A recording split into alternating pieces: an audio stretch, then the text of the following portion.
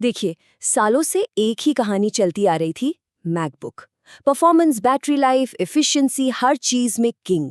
Windows laptops बेचारे हमेशा बस एक कदम पीछे रह जाते थे। लेकिन अब सीन बदल रहा है।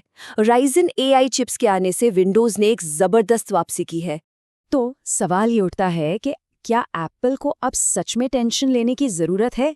वो जो एक बड़ी खाई थी ना विंडोज और मैक के बीच, क्या वो अब भर रही है? चलिए आज इसी का पता लगाते हैं। तो सबसे पहले बात करते हैं पैसे की, कीमत और वैल्यू की।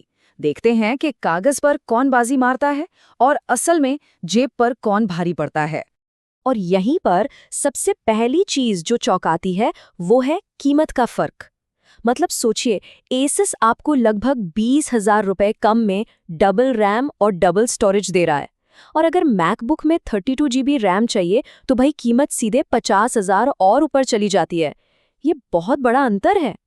तो लड़ाई एकदम साफ है। एक तरफ है विंडोज जो आपको कम पैसे में जबरदस्त हार्डवेयर दे रहा है, और दूसरी तरफ है एप्पल जो एक स्मूथ मक्खन जैसा एक्सपीरियंस बेच रहा है। ये है क्लासिक स्पेक्स वर्सेस एक्सपीरियंस। अच्छा, स्पेक्स तो ठीक हैं, पर अब बात करते हैं उन चीज़ों की जो रोज़मर्रा के इस्तेमाल में महसूस होती हैं। मतलब हाथ में लेने पर कैसा लगता है, स्क्रीन कैसी है, टाइपिंग कैसी है, ये सब। डिज़ाइन में तो ज़मीन आसमान का फ़र्क है। मैकबुक वो अपनी फुल मेटल बॉडी के साथ एकदम प्रीमियम लग्जरी फील देता है, प्रोफेशनल लुक है। वहीं एसूस का डिज़ाइन थोड़ा कह सकते हैं गेमिंग वाला टच लिए हुए है, ज़्यादा प्रैक्टिकल है। तो वही बात हो गई, लग्जरी या फिर प्रैक्टिकलिटी। अब आते हैं कीबोर्ड और ट्रैकपैड पर। देखिए, मैकबुक का ट्रैकपैड आज भी उसका कोई मुकाबला नहीं है। इंडस्ट्री में बेस्ट है, एकदम मक्खन। लेकिन हाँ, एसुस के कीबोर्ड की बैकलाइट ज़्यादा ब्राइट है और उसमें फेस अनलॉक भी है, जो मैकबुक के टच आईडी से ज़्यादा सुविधाजनक लग सकता है। तो फिर वही बात, मैकबुक का फील स्मूथ है, एसुस का ज़्यादा फ्लेक्सिबल। लेकिन जब बात डिस्प्ले पर आती है तो यहाँ मैकबुक बहुत बहुत आगे निकल जाता है।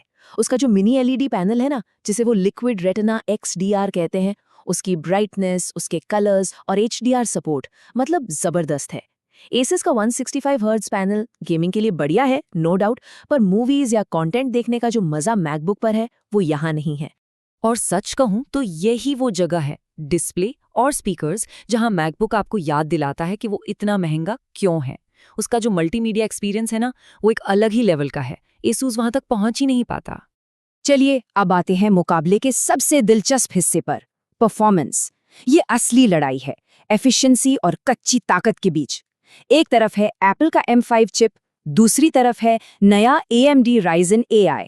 जब हम मल्टी कोर परफॉर्मेंस देखते हैं, मतलब जब सारे कोर एक साथ काम करते हैं, तो एसस अपने टर्बो मोड में, जो कि 85 वॉट तक पावर लेता है, मैकबुक से आगे निकल जाता है। इसका मतलब है कि भारी भरकम काम के लिए एसस के पास ज्यादा दम है।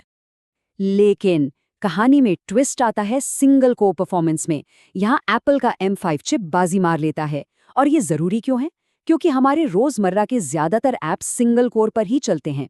इसीलिए डे टू डे यूज में मैकबुक अक्सर ज्यादा तेज और स्मूथ महसूस होता है। पर रुकिए, असली टेस्ट तो अब है। हमने इन दोनों मशीनों पर एक 8 बिलियन पैरामीटर वाला AI मॉडल चलाया, ये देखने के लिए कि फ्यूचर के लिए कौन सी मशीन ज्यादा तैयार है। और जो रिजल्ट्स आए वो सच में हैरान करने वाले थे। एसस ने अपनी 32 GB रैम के दम पर मैकबुक को धूल चटा दी। टर्बो मोड में तो उसने वही काम आधे से भी कम टाइम में पूरा कर दिया। इससे एक बात तो साफ हो जाती है, AI जैसे कामों के लिए ज्यादा रैम ही किंग है। और बात यहीं खत्म नहीं हुई। हमने एक और भी बड़ा 32 बिलियन पैरामीटर वाला मॉडल ट्राई किया। नतीजा, 16 GB रैम वाला मैकबुक तो उसे चला ही नहीं सका, क्रैश हो गया। और आसूस, उसने वो काम भी आराम से कर दिखाया। दोस्तों, ये कोई छोटी मोटी बात नहीं है, ये एक बहुत बड़ा शिफ्ट है।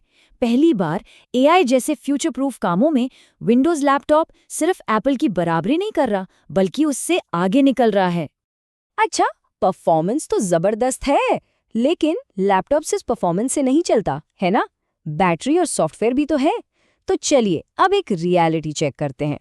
बैटरी लाइफ, इस मामले में मैकबुक का कोई मुकाबला नहीं है, कोई भी नहीं। उसकी एफिशिएंसी कमाल की है, आराम से 16 से 18 घंटे निकाल देता है।